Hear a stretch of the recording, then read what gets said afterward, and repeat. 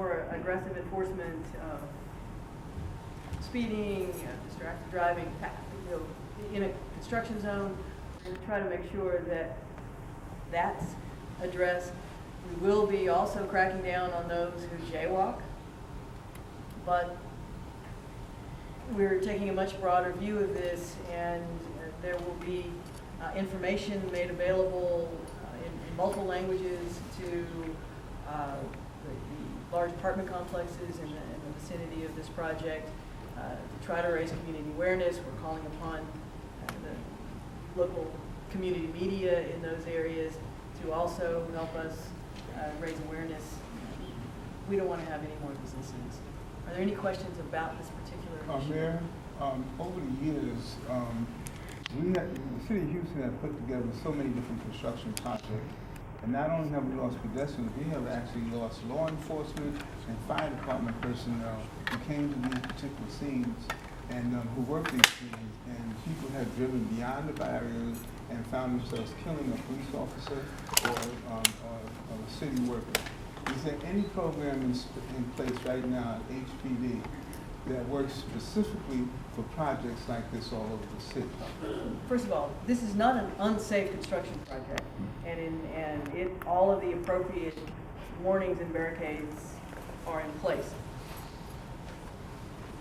We have problems on the pedestrian side and problems on the driver's side, and our increased enforcement is designed to remind drivers what they are legally required to do in a construction zone, and just common sense as well. We take all appropriate steps to make sure that the workers on these construction sites are protected as well. And as you mentioned, we have bad drivers who will go around barricades, who speed through construction zones. I don't know at this point that is the situation, but we're going to try to address this on all fronts. Does enforcement mean writing pedestrians tickets? Yes. For jaywalking, absolutely. Since we've had 3 jaywalking deaths, that has to be part of it. That's why we want to do the community awareness. And I don't know if people just, they're in a hurry, they've developed bad habits, they want to dart across the street, or because this is, as Councilmember Laster likes to say, the Ellis Island of Houston. We may have immigrant communities there where they're not as prone, or I was going to say aware of the importance of following the traffic rules, crossing crosswalks, and so forth. So we're going to make sure that there are no excuses out there. So is there going to be signage posted in the community language, like Vietnamese, Mandarin? Yes, there already is. It has Will, been. will this be, I guess, hyper intensive in that area, or will it be citywide with the admonition? We have a problem in that area, and we believe we're in an acute situation in that area. But we have a problem across the city that we're already aware of in terms of distracted drivers. And unfortunately, jaywalking is not an unusual crime as well.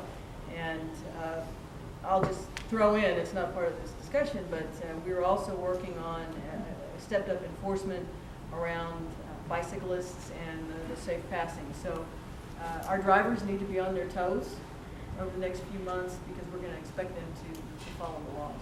So before the enforcement, there's going to be an awareness for education. We're doing enforcement. We're not going to wait, but the education. So the tickets will start coming. You can tell me how fast. This past Saturday, they're enforcing right now. They're enforcing right now. How many do you think you've issued already in terms of jaywalking? I don't have a number. Okay, but there have been some. Yes. Okay. You said this weekend already. I understand that HPD immediately responded to the memorandum that Councilmember Wynn and I put forth last week, and they've been on the ground already. In the Bel Air. Yes, ma'am. Mayor, is there a projected date when the construction will be almost complete? It's supposed to be completed in October. Mayor, can we get a photo out of some of those signs in the Vietnamese, Mandarin language so that could be advertised to the people? They're already out there. Yeah, They're on the street. All right. The pedestrians that were hit, do we know if they lived in the apartment complexes that are going to be the targets of the implications? Yeah, these are active crime investigations for the hit and runs, I don't know. Exactly. Please, better step up.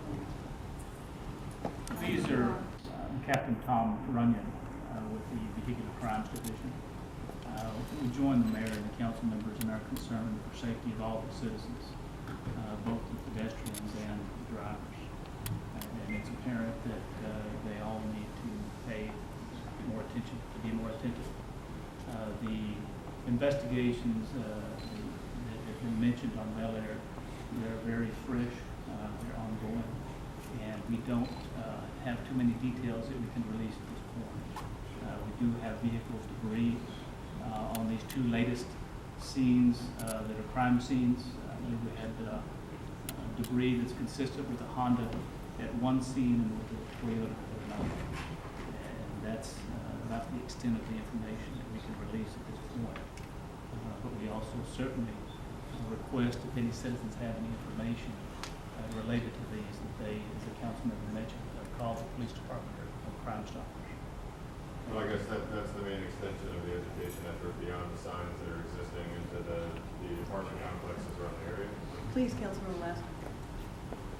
Mr. Morris, no, the tax increment reinvestment zone and the management district for over the last year has been reaching out and communicating through the press and through other vehicles of community involvement, what is happening in the corridor, in the construction corridor, working through the Public Works Department, who is the administrator of the project at this point in time. That will be ongoing.